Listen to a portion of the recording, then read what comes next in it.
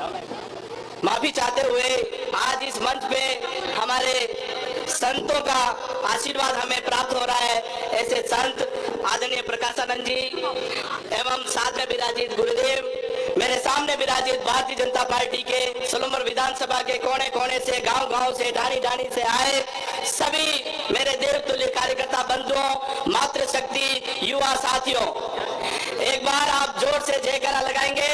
भारत माता की, भारत माता की, वंदे वंदे मातरम, जय श्री राम।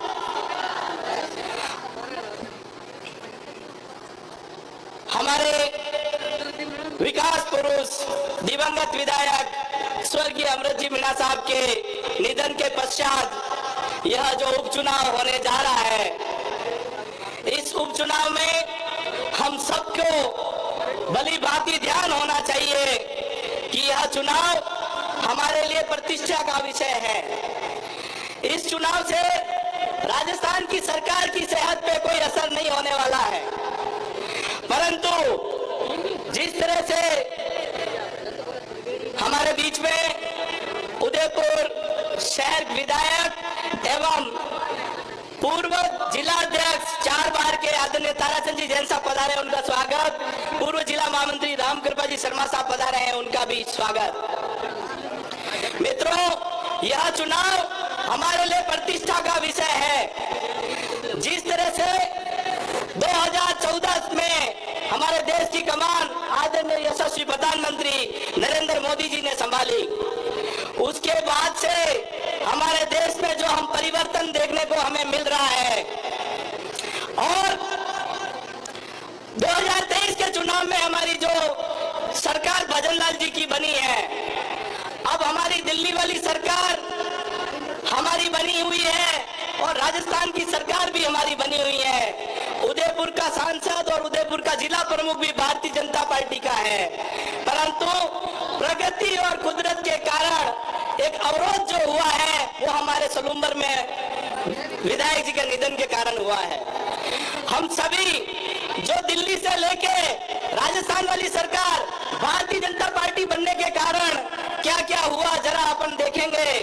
पिछले बजट में हम सालों से जिस बहुमुखी योजना का इंतजार कर रहे थे, बारिश का पानी जो अधिक बारिश होती है तो बह के चला जाता है समुद्र में, और कम बारिश होती है और जिसकी वजह से हमारा जैसमंद खाली रह जाता है, तो मारी का पानी जो बह के समुद्र में चला जाता है उसको जाखम में, और जाखम के पानी को जैसमंद में भरी रखने के लिए 7,100 करोड़ रुपए इस विधानसभा को मिला है, जिसके पीछे कारण है तो दिल्ली की सरकार भी भारतीय जनता पार्टी की है और राजस्थान की सरकार भी भारतीय जनता पार्टी की थी और उदयपुर से लेकर सलूमर की सरकार भी भारतीय जनता पार्टी की थी। इस वजह से हमको ये सौगातें मिली है। मित्रों,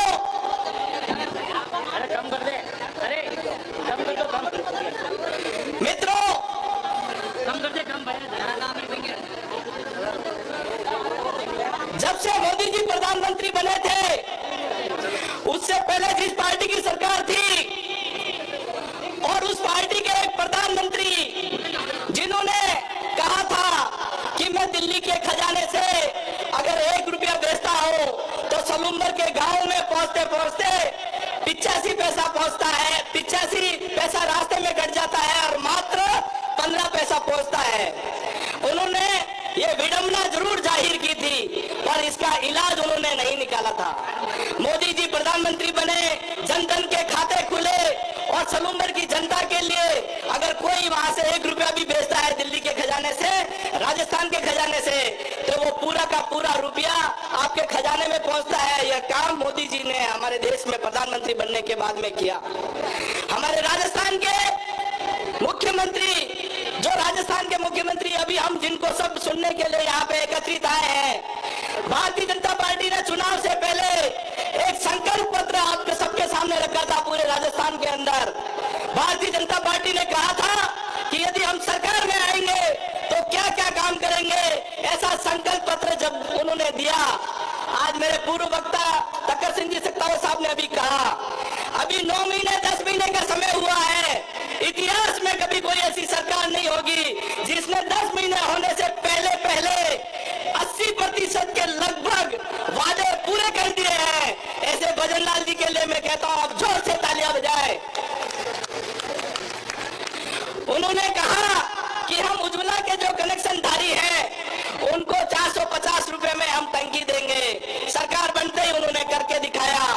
जो दिल्ली के खजाने से किसान सम्मान निधि के रूप में जो पैसा आ रहा था 6,000 रुपया, उसको बढ़ाने की बात की और उसको 8,000 रुपए करके और आपके खाते में पहुंचाने का काम किया, तो वो भजनलाल जी ने किया है। मित्रों, मोदी जी के कारण में इतना ही नहीं, हमारी साख विश्व भर में कैसे बढ़ी है हम सब ने देखा है। पहले आए दिन बॉर्डर पे और देश के अंदर आतंकवादी हमले होते थे।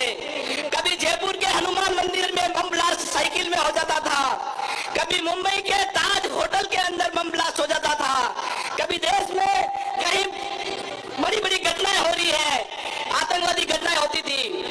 पर मोदी जी के आने के बाद में 1-2 बार ऐसी घटनाएं हुई, उनका मुकाबला, उनका जवाब पाकिस्तान की सीमा में घुस के एक बार सर्जिकल स्ट्राइक करके और एक बार एयर स्ट्राइक करके जिस प्रकार से जवाब दिया, उसके बाद हमारे देश में इस तरह की घटनाएं होना बंद हो गई है। मित्रों, पिछले दिनों हमने देखा है 2 देशों में युद्ध हो गया था, रूस और यूक्रेन का। जब रूस और यूक्रेन का युद्ध चल रहा था तब हमारे भारत के जो बच्चे यूक्रेन में पढ़ाई करने के लिए गए थे, जिनकी संख्या 20,000 से अधिक थी, उन बच्चों के माता पिता को जब इस बात का पता लगा कि यूक्रेन और रूस के युद्ध हो गया है और हमारे बच्चे वहां जो लाल पढ़ने के लिए गया है, जिसका भविष्य हमारे ऊपर है, हमने कर्जा लिया है, हमारा लाल वो वहां पे पढ़ने के लिए गया है, पर दोनों देश का युद्ध छिड़ा हुआ है। उधर से गोला बारूद दागे जा रही है, मिसाइलें दागी जा रही है। ऐसे में पता नहीं किस समय बुरी खबर आ जाए हमारे लाल की।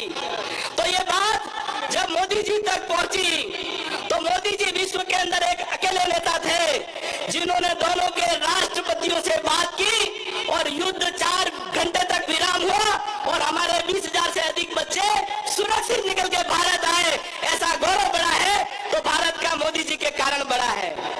नजारा यहां तक ही नहीं रुकता है, जब बच्चे वहां से जब निकल रहे थे, और कैसे निकलेंगे बच्चे, क्योंकि वहां पे कई देशों के बच्चे आए हुए थे, तो एक योजना तय की, जिन बच्चों के हाथ में तिरंगा होगा उन बच्चों को जाने दिया जाएगा, जहां पे उनको ठहरने के कैंप बनाए वहां तक जाने दिया जाएगा।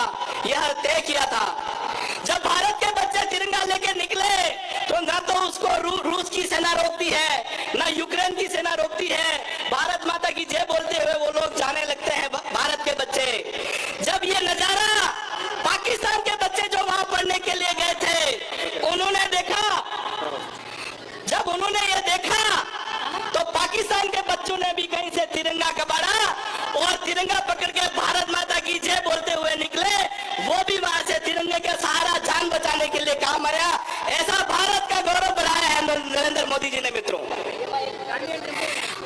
आप सभी इस नामांकन सभा में आप इतनी बड़ी संख्या में आए हैं, मुझे आपसे और अधिक कुछ नहीं कहना।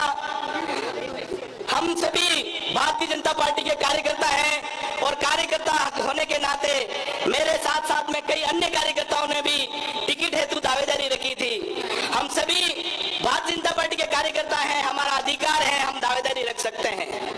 परंतु पार्टी जब निर्णय कर लेती है और निर्णय के पश्चात जब हम सारे एक जाजम पे आके बैठ जाते हैं, यह हमारा भारतीय जनता पार्टी परिवार है।